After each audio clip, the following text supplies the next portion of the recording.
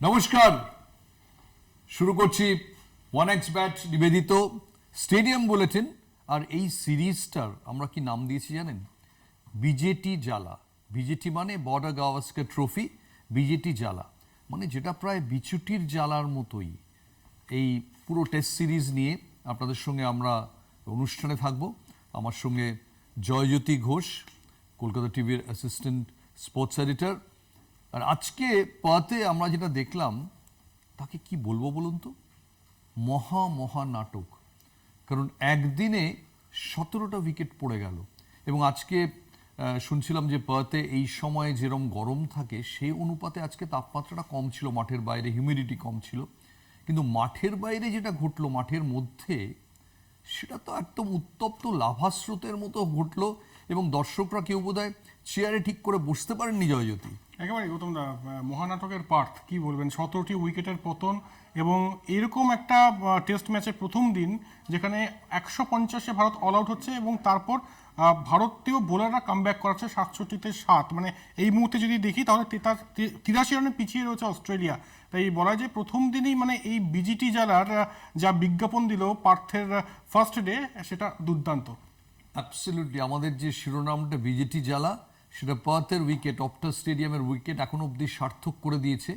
এবং এই নায়কের মানে নাটকের, মাফ করবেন, কেন্দ্রবিন্দু অবশ্যই জসপ্রীত বুমরা।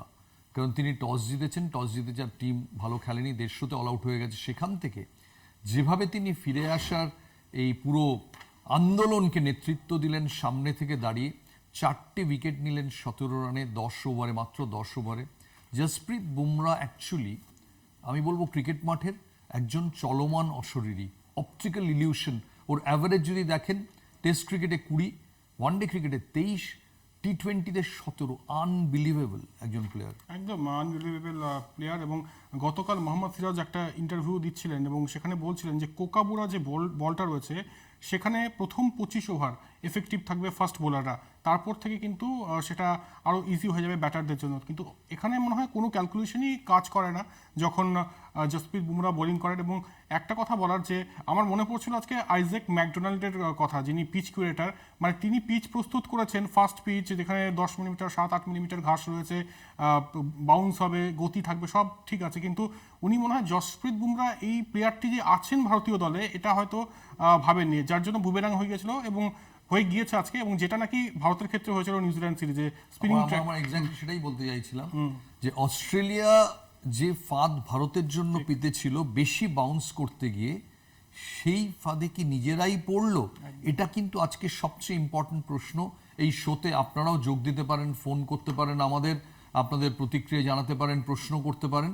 কিন্তু এটা খুব ইম্পর্টেন্ট একটা প্রশ্ন যে অস্ট্রেলিয়া এত বাউন্স অস্ট্রেলিয়ান উইকেটে পাতে, আগের বছর যখন ভারত গেছিল এতটা বাউন্স ছিল না। আজকে অবিশ্বাস্য রকম বাউন্স। এই বাউন্স নিশ্চয়ই তৈরি করেছিল ভারতকে কড়াইতে ভাজবে বলে, কিন্তু সেটা করতে গিয়ে তারা কি নিজেরাই কিছুটা ভাজা ভাজা হয়ে গেল না? একেবারেই, এবং সেটাই হয়েছে। বুমেরাং যেটা বলছিলাম একটু আগে, তবে এই মুহূর্তে মিচেল স্টার্কের একটা প্রেস কনফারেন্স চলছে এবং সেটা সেদিকে অবশ্যই চোখ রাখবো। মিচেল স্টার্কের press conference. So, yeah, I don't think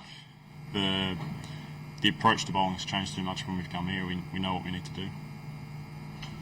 Mitch, you bowled a lot with Shigara, in KKRs.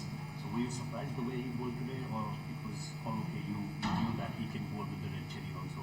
How was it to see him bowling, and especially that celebrated? Yeah, it was a good ball. Yeah, I've only seen him with the white ball, so I haven't seen any of his longer format stuff. But yeah, he bowled some good stuff.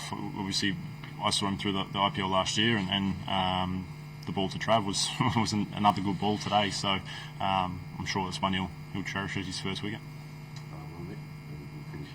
On KL Rahul's discussion, do you think Mitchell স্টার্কের আমরা শুনছিলাম press conference. Mitchell Starc আজকে শুরু করেছিলেন, bowling open করছিলেন। মনে রাখতে হবে আইপিএল অকশন আছে 24 তারিখে। মিচেল স্টার্ক আগেরবার 26 কোটিতে বিক্রি হয়েছিলেন। আজকে ভালো বল করতে না পারলে এই টেস্ট ম্যাচে 24-এর মধ্যে দর কিন্তু 26 কোটি থাকবে না। প্রথম থেকে একটা আগুন নিয়ে শুরু করেছেন। একটা ডেলিভারি তুমি নিশ্চয়ই দেখেছো যে যশস্বী জয়সওয়াল খেলছিলেন, 4 রান বাই হয়ে গেল। টেস্ট ক্রিকেটে অস্ট্রেলিয়ায় 4 রান দিয়ে টেস্ট ম্যাচ শুরু হচ্ছে। এরম অদ্ভুত কিছু আমরা দেখিনি, তখনই বোঝা উচিত ছিল যে ওটা বোধহয় প্রতীকী একটা অদ্ভুত দিনের খেলা আমরা দেখবো। একেবারেই। এই স্ক্রিনের পিছনে এক্ষুনি দেখছিলাম যে ঋষভ পান্ত পড়ে গিয়ে রোহন কানহার মতো একটা পুল মারছেন, চারপাশে অদ্ভুত সব ঘটনা আজকে ঘটেছে। তুমি জানো আজকে যে ভারতের যে 10টা উইকেট পড়েছে, প্রত্যেকে উইকেটের পেছনে ক্যাচ দিয়ে, অস্ট্রেলিয়া যে 7টা উইকেট পড়েছে সেটাই কিন্তু 4টে উইকেট হয় বোল্ড বা এলবিডব্লিউ। তার মানে হচ্ছে যে আগের সিরিজে ভারতীয় বোলিং কোচের যে স্ট্র্যাটেজি ছিল যে উইকেট লক্ষ্য করে বল করা, গম্ভীর কিন্তু সেই স্ট্র্যাটেজিটাই অ্যাডপ্ট করেছেন। একেবারেই সেটাই অ্যাডাপ্ট করেছে। এবং এখানে একটা গুরুত্বপূর্ণ প্রশ্ন, চেতেশ্বর পূজারা আজকে বলছিলেন যে যে কথাটা মানে গৌতম গম্ভীর বলে গিয়েছিলেন যে অ্যাডাপ্টেবিলিটি, এখানে অস্ট্রেলিয়ান উইকেটে ব্যাক অফ লেন ডেলিভারি আসছে এবং উইথ বাউন্স, যেটা নাকি ভারতীয় ব্যাটারদের ছাড়তে হবে, যেটা বারবার চেতেশ্বর পূজারা আজকে কমেন্ট্রিতে বলছিলেন। এই ছাড়াটাই ভারতীয় ব্যাটাররা কিন্তু করতে পারছিলেন না, এবং তারপর মনে হচ্ছিল যে ফিল্ডিং প্র্যাকটিস চলছে স্লিপ কর্ডন গালিতে। কি বলবেন? দেখো এটা কিন্তু নতুন কিছু নয়, মানে প্রতি বছরই অস্ট্রেলিয়া গিয়ে প্রথম টেস্ট ম্যাচটা অ্যাডজাস্টমেন্টে ভীষণ অসুবিধা হয়। আমি একবার স্টিভ ওকে জিজ্ঞেস করেছিলাম যে এটা কেন হয়, যে অস্ট্রেলিয়া থেকে আপনারা যখন ভারতে যান তখন আপনাদের এতটা অসুবিধা হয় না, কিন্তু যখনই আপনারা এখান থেকে ভারতীয় ক্রিকেটাররা যায় তখন অসুবিধা হয়। স্টিভও বলেছিলেন এটা কারণ হচ্ছে আপনি যখন লো বাউন্স থেকে উঁচু বাউন্সে যাচ্ছেন সেটা অ্যাডজাস্ট করা বেশি কঠিন, উঁচু বাউন্স থেকে লো বাউন্সে অ্যাডজাস্ট করা সহজ, কাজেই আমাদের পক্ষে এতটা প্রবলেম হয় না। কিন্তু যারা সারা বছর লো বাউন্সের উইকেটে খেলে তারা যদি এইরকম হাই বাউন্স মানে কি, আমার তো এক সময় মনে হচ্ছিল হাই জাম্প কম্পিটিশন হচ্ছে স্কুলের, প্রত্যেকটা বল এরকম এত ওপর দিয়ে। সো অ্যাকচুয়ালি যে স্পিডে বল হচ্ছিল, যে কোনো পার্থের লোকাল স্কুল ওদের হাই জাম্প কম্পিটিশন ওখানে করতে পারতো। একেবারে এই মুহূর্তে দর্শক বন্ধু রয়েছেন, কে রয়েছেন, কোথা থেকে রয়েছেন? আমি সোনারপুর থেকে নিতাই ভট্টাচার্য কথা বলছি। হ্যাঁ নিতাই বাবু বলুন। হ্যাঁ নমস্কার, শুভ সন্ধ্যা। গৌতম মাননীয় অতিথি যিনি, ওনাকেও নমস্কার, শুভ সন্ধ্যা জানাই। শুনতে পাচ্ছেন তো? হ্যাঁ বলুন, আপনার প্রশ্নটা বলুন। একটু উপভোগ্য খেলা হচ্ছে। আমরা এরমই খেলা ছিলাম, আর আইপিএল এর বলছেন আপনি, আইপিএল এর কথা বলছিলাম। যেখানে সময় কথা বলবে আইপিএল এ কে কোন টিমে যাবে নেবে বা কার পারফর্ম, অবশ্যই এই পারফর্মটাও অনেক সময় দেখবে আইপিএল এ যে দর বাড়া কমার উপরে এই পারফর্ম একটা নির্ভর করবে। আমরা খেলা দেখলাম, কোনো আর বিশেষ কিছু বলবো না। এইগুলো সম্বন্ধে আপনাদের কাছে আরো বিশদে জানতে চাই যতটুকু সময় আছে।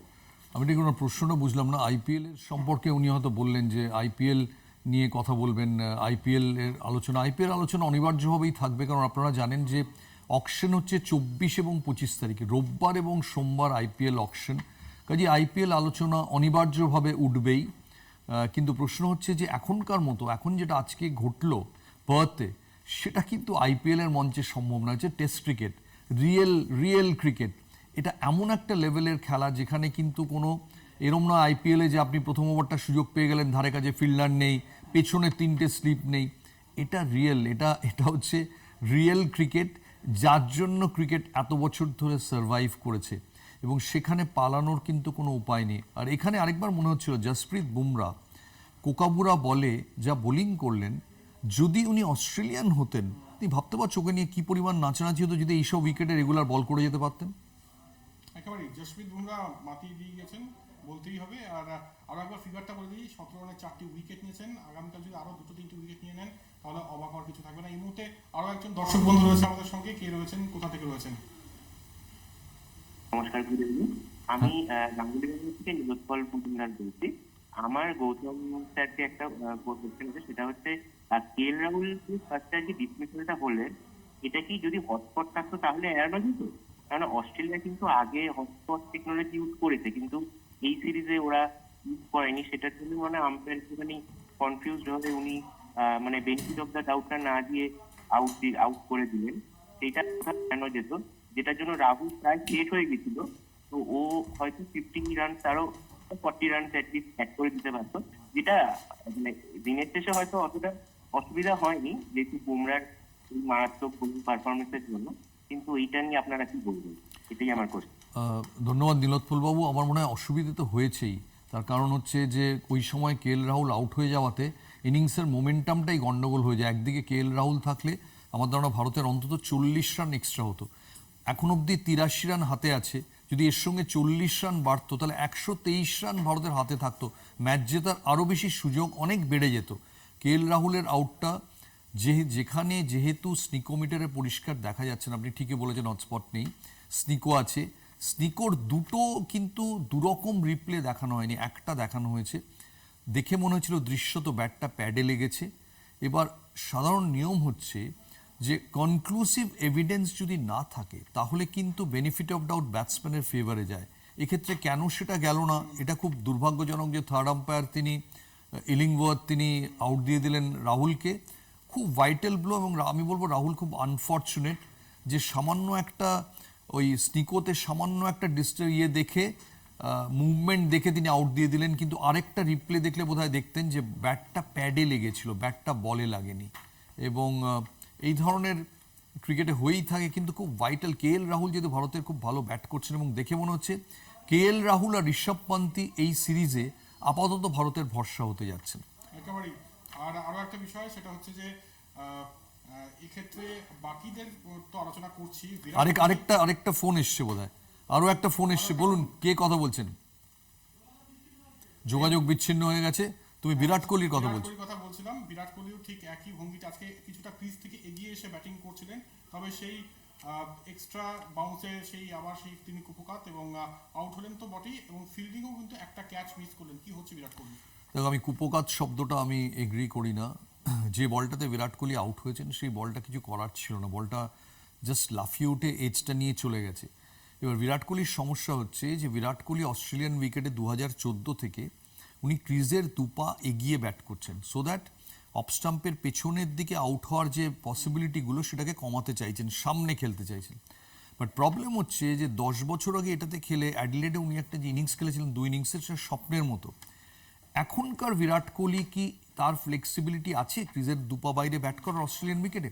এই কলটা আমরা কিন্তু টেস্ট সিরিজে বিরাটকে নিতে দেখবো। আমার ধারণা আরও একটা ইনিংসে যদি তিনি রান না পান, তুমি হয়তো দেখবে পরের থেকে এই স্ট্র্যাটেজিটা তিনি বদলেছেন, কারণ পেছনে খেলাটা, দ্রুত পেছনে আসাটা হয়তো প্রবলেম হচ্ছে, আর পেছনে এলে এইরকম তুমি ব্যাটটা ওপেন হয়ে যাচ্ছে, যেটা আজকে তারপরে আমরা দেখলাম লাবুসেনের ক্যাচ, সহজ ক্যাচ তিনি ধরে ফেলে দিলেন। বিরাট কোহলি স্লিপে এই ক্যাচ ফেলতে পারেন ভাবাই যায় না।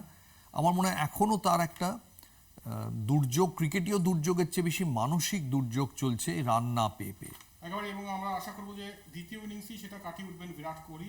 এই মুহূর্তে আরো একজন ফোন লাইনে রয়েছেন। কোন দর্শক বন্ধু রয়েছেন, কোথা থেকে রয়েছেন? বলুন। আবার বোধহয় যোগাযোগ বিচ্ছিন্ন হয়ে গেছে মনে হয়। কে রয়েছেন? আমার নাম অশোক মিত্র বলছি। হ্যাঁ বলুন।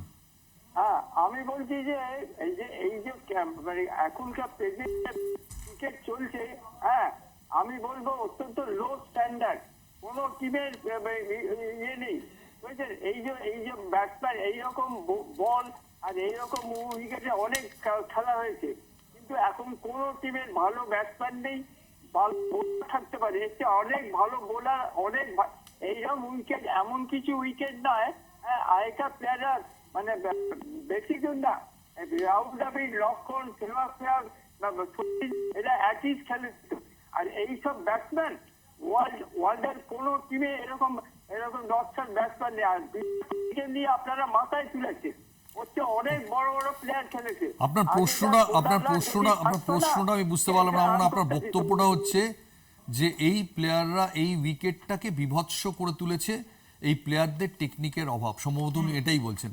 আমি বলবো আজকের উইকেটটা যে অবস্থায় ছিল তাতে খুব বড় ব্যাটসম্যানেরও মানাতে খুবই প্রবলেম হতো। এটা ঠিকই আপনি যেটা বলছেন যে এখনকার প্লেয়াররা সাদা বলে ক্রিকেট খেলে বলে ডিফেন্সটা কম করে, তাদের হয়তো প্রবলেম হয় বড় বড় ইনিংস খেলতে, পূজারার মতো খেলতে পারে না। কিন্তু আজকের উইকেটটা খুব ডিফিকাল্ট উইকেট ছিল, উইকেটটা একদমই সহজ উইকেট ছিল না। আবার বলছি, কোনো স্কুলের হাই জাম্প কম্পিটিশনে উইকেট ব্যবহার করা যেত, সেখানে অনেক বড় বড় ব্যাটসম্যান, অনেক দাদাদেরও প্রবলেম হয়েছে। এই অস্ট্রেলিয়ান ট্যুর দিলীপ ভেঙ্গসারকার, সঞ্জয় মাঞ্জরেকরের কেরিয়ার শেষ করে দিয়েছে। রাহুল দ্রাবিড়, VVS লক্ষ্মণ এখান থেকে রিটায়ার করেছেন। কাজেই শুধু এদের দোষ দিয়ে লাভ নেই। আজকের দিনের জন্য আমি বলবো যে ব্যাটসম্যানদের পক্ষে কঠিন উইকেট ছিল, একেবারে কঠিন উইকেট। তবে এই মুহূর্তে বোধহয় একটা ছোট্ট বিরতি নেওয়ার সময় হয়ে গেছে। একটা ছোট্ট বিরতি নিচ্ছি, ফিরছি খুব শীঘ্রই।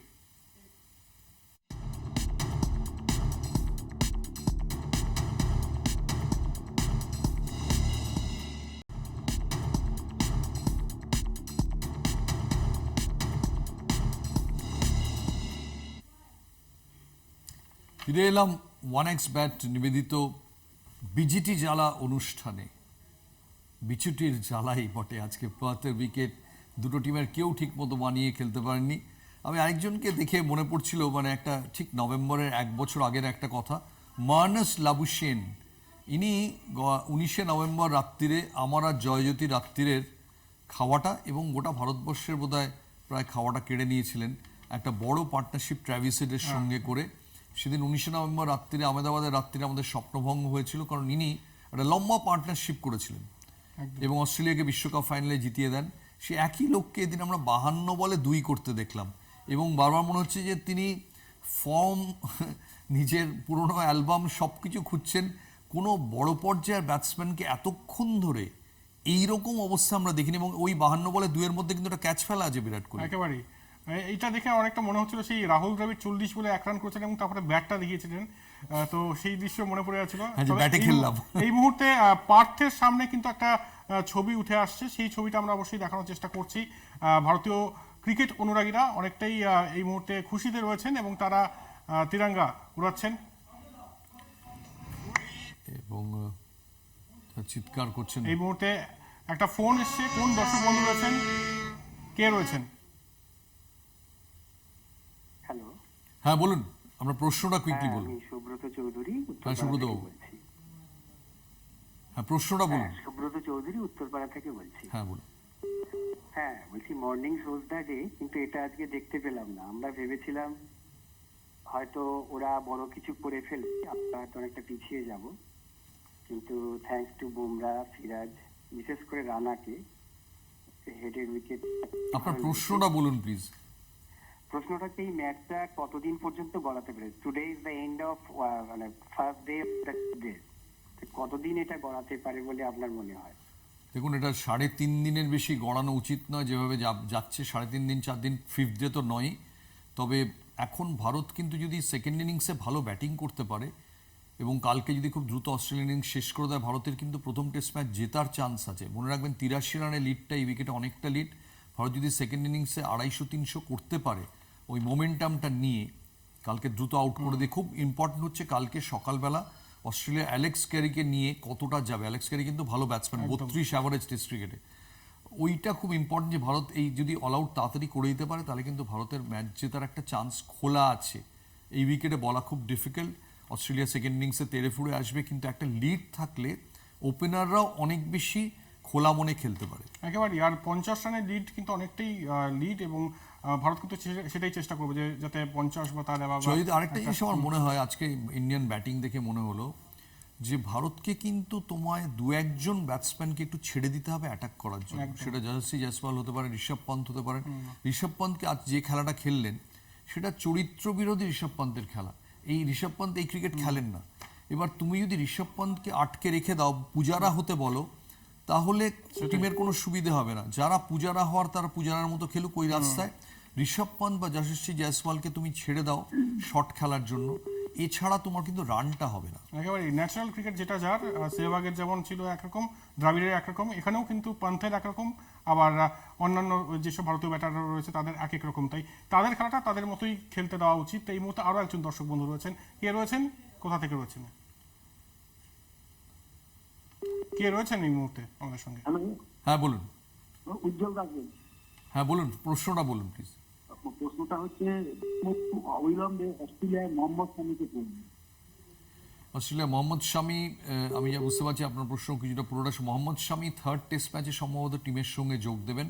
মোহাম্মদ শামি যোগ দিলে অ্যাটাকটা আরও বেটার হবে। আজকে যেটা দেখলেন, এর সঙ্গে যদি মোহাম্মদ শামি থাকতেন সিরাজের বদলে, কিংবা অবভিয়াসলি হর্ষিত রানার বদলে থাকতেন, তাহলে অ্যাটাকটা আরও ক্ষুরোধার হতো। ঠিক।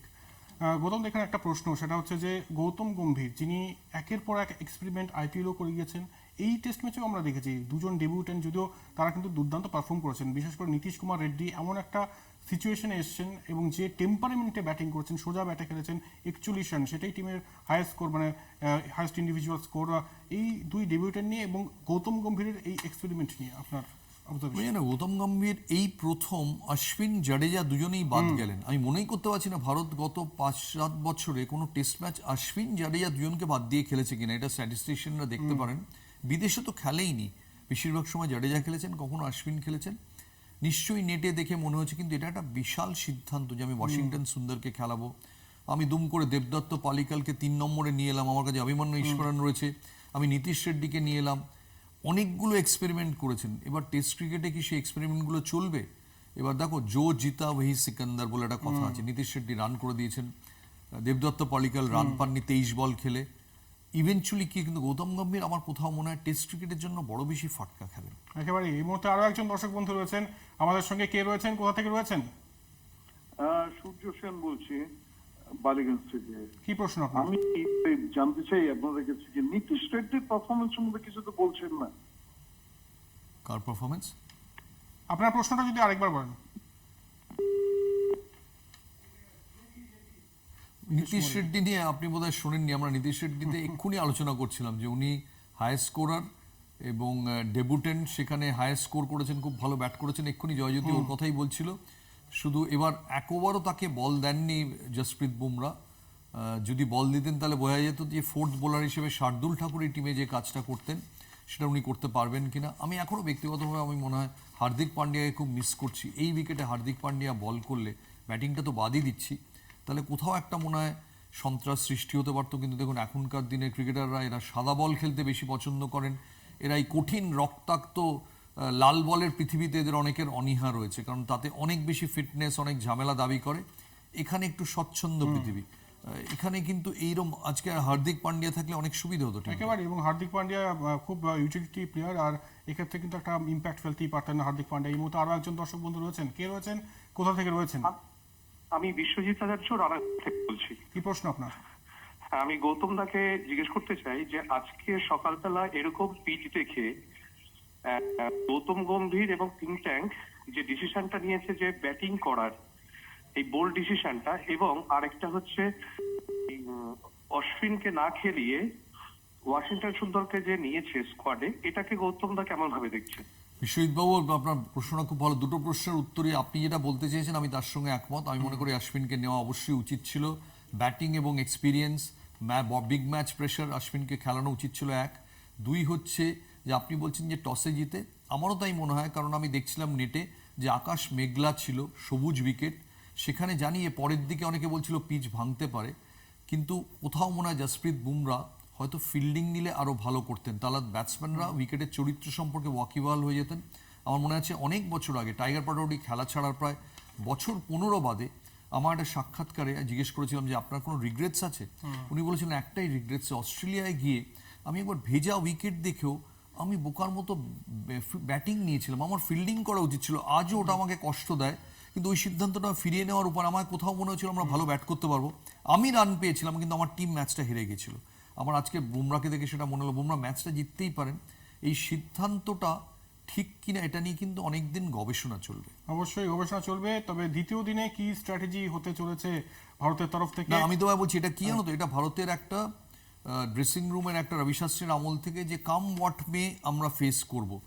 কিন্তু মুশকিল হচ্ছে যে এগেন এটা আইপিএলও নয়, এটা টি20 ক্রিকেট নয়, ওয়ানডে ক্রিকেটও নয়। টেস্ট ম্যাচে তুমি অন্যের জায়গায় গেছো, গিয়ে তুমি দেখছো এরকম একটা উইকেট, সবুজ ঘাস, মাথার উপরে মেঘ, পথ, সেখানে হয়তো একটু সেফ হয়ে ফিল্ডিং করা হয়তো বেটার হতো।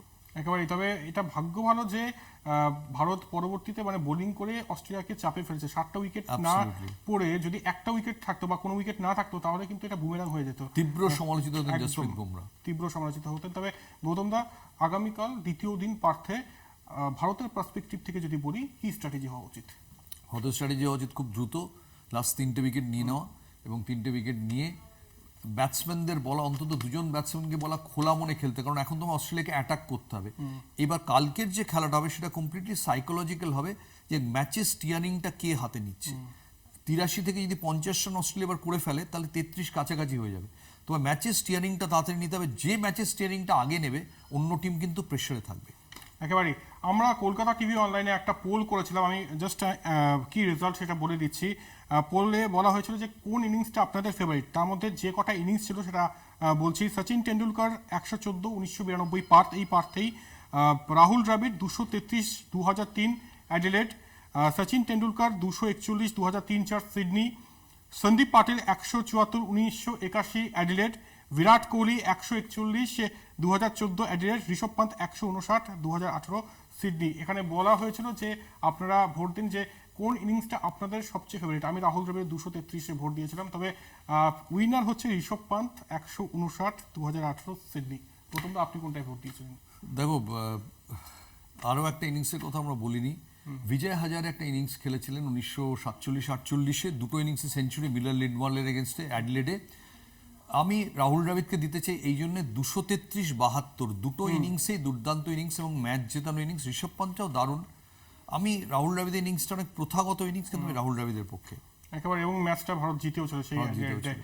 আর যাওয়ার আগে একটা ছোট্ট আপডেট অবশ্যই দিয়ে দেবো, আইপিএল সম্পর্কিত আপডেট।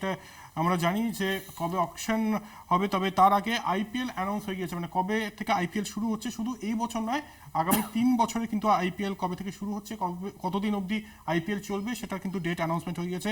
আগামী 2025-এ 14ই মার্চ আইপিএল শুরু হচ্ছে এবং 25শে মে পর্যন্ত এই আইপিএল চলবে। 2026 আইপিএল 15ই মার্চ শুরু হচ্ছে, 31শে মে পর্যন্ত চলবে। 2027 আইপিএল 14ই মার্চ শুরু হচ্ছে, 30শে মে পর্যন্ত চলবে। বলুন। আপাতত আইপিএল এই সপ্তাহে ঢুকে পড়ছে আমাদের আলোচনায়, কিন্তু আপাতত আমার মনে হয় যে আমাদের সবুজ ঘাস সাদা পোশাকেই কনসেন্ট্রেট করা উচিত। লাল বল, আবার বলছি রিয়েল ক্রিকেট। বলতে বলতে আরেকটা ফোন, আমাদের কি ফোন নেওয়ার সময় আছে? আর কি ফোনে ফোন আছেন নেওয়া কেউ নিতে- এই মুহূর্তে? লাস্ট দর্শক রয়েছেন, লাস্ট দর্শক। কে রয়েছেন, কোথা থেকে রয়েছেন? রজত কুমার রায়, কি প্রশ্ন? দক্ষিণ দিনাজপুর, হরিরামপুর। কি প্রশ্ন আপনার? আমার প্রশ্নটা হচ্ছে যে এই যে আমরা যে কিছুদিন ধরে যে টেস্টের যে আমরা ক্রিজগুলো দেখছি, যেমন আজকের উদাহরণস্বরূপ আজকে 17টা উইকেট পড়েছে, এতে কি টেস্টের ভবিষ্যৎটা ধীরে ধীরে খারাপের দিকে যাওয়ার ওইভাবে এইসব ক্রিজগুলো তৈরি হচ্ছে কেমন করে, বা হচ্ছে কেন? দেখুন, একটা কথা বলি যে একদম যদি বিবর্ণ হয়, যদি একদম মন্থর উইকেট হয়ে আজকে দিনের শেষে 271 হতো একটা টিম, তাহলে সেটা কি ভালো? তো এটার মধ্যে অন্তত একটা উত্তেজনা আছে, একটা আকর্ষণ আছে এবং কিছু প্রতিবন্ধকতা আছে উইকেটে। সাদা বলে খেলতে খেলতে এখনকার ব্যাটসম্যানরা বলতে গেলে এমন বিলাস ব্যাসনে অভ্যস্ত হয়ে গেছেন যে এই ধরনের উইকেট পেলেই তাদের সমস্যা হয়। কিন্তু এই উইকেটটা হয়তো একটু বাড়াবাড়ি করেছে অস্ট্রেলিয়া। আমরা শুরুতেই বলেছি যে নিজেদের তৈরি করা ফাঁদে হয়তো নিজেরাই পড়েছে, কিন্তু এই উইকেটগুলো দেখতে এখনও ভালো লাগে। কোথাও মনে হয় পুরোনো দিনের সেই ক্রিকেটের রেট্রোস্পেক্টিভ দেখছি। এই ধরনের ব্যাটসম্যানরা নাক সরিয়ে নিচ্ছে, পাশ দিয়ে চলে যাচ্ছে, এই যে ব্যাপারটা রিয়েল হিউম্যান সুলভ চ্যালেঞ্জ, এই চ্যালেঞ্জটা পার্থ উইকেট কিন্তু তৈরি করেছে। এটার জন্যেই কিন্তু আজকে ম্যাচ নিয়ে এত আলোচনা রাস্তায় রাস্তায় এবং চর্চা। যাই হোক, আমরা বোধহয় একদম শেষে চলে এসেছি। 1x ব্যাট নিবেদিত এই বিজেটি জ্বালা থেকে আজকের জন্য ফেরত যাচ্ছি। কালকে আবার আমি আর জয়জ্যোতি একই সময়ে আপনাদের সামনে থাকবো। ভালো থাকবেন। আজকের মতো শুভরাত্রি। ভারতের জন্য শুভেচ্ছা রাখবেন। চললাম।